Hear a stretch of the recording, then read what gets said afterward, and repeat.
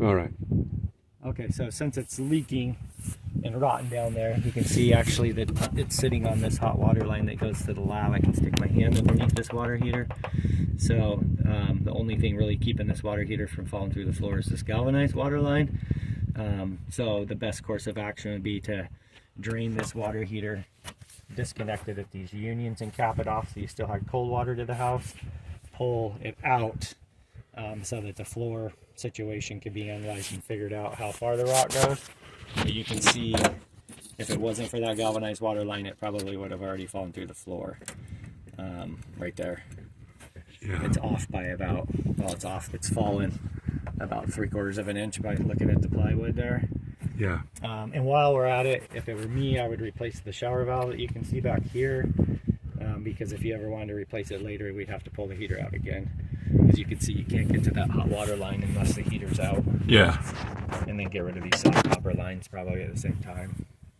Yeah. So that's what you got, unfortunately. So the A little bit of a the mess. water heater would be taken out, and then the floor worked on. Yeah, you would just lose hot water in the meantime. Yeah. But then it would stop all this mess Yeah. from, or wouldn't, you know, I mean, the damage is done. It's actually going through a hole now. It actually has a, you see that little drain hole? It's actually been going through that drain hole right Oh where wow, should it be. is. So most of it has gone down under there, but I'm sure that it's kind of a mess under there. And it doesn't really look like it's, see how there's no mold on anything? Yeah. So I don't really think that it's, believe it or not, I don't think it's really been leaking for that long, because there's absolutely zero mold. So I mean, technically you could turn this into your insurance because there's no mold. You know, that would be an option. Okay. What they don't like is mold, and I don't see one bit of mold, none. And hot water molds fast, so I think that this all happened fairly quickly. You know.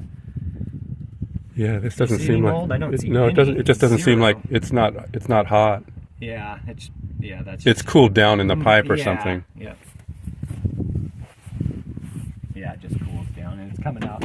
Depending on where it's coming out on the walk out of here, you know. Depending on where the leak is, like this is slightly warm, you know, if you felt it. Yeah, this. It just cools down by the time it makes it through the heat. Oh yeah, it is. So that's what you got, a mess. But that'd be the first step, draining it, yarding it out, and getting you cold water back so that the situation can be analyzed. Because this has to be rebuilt by somebody because it sits up over the drain and everything. You can't change that, you know. Yeah, those 2x4s, and then you'd have to put a Just piece of plywood underneath Yeah. to hold the water heater up. Yep. And whoever fixes the floor should just be able to Yeah. configure that. It's just 2x4s and plywood, but you can see it's pretty thick plywood, but it is rotten. So, does that work? Okay. All right.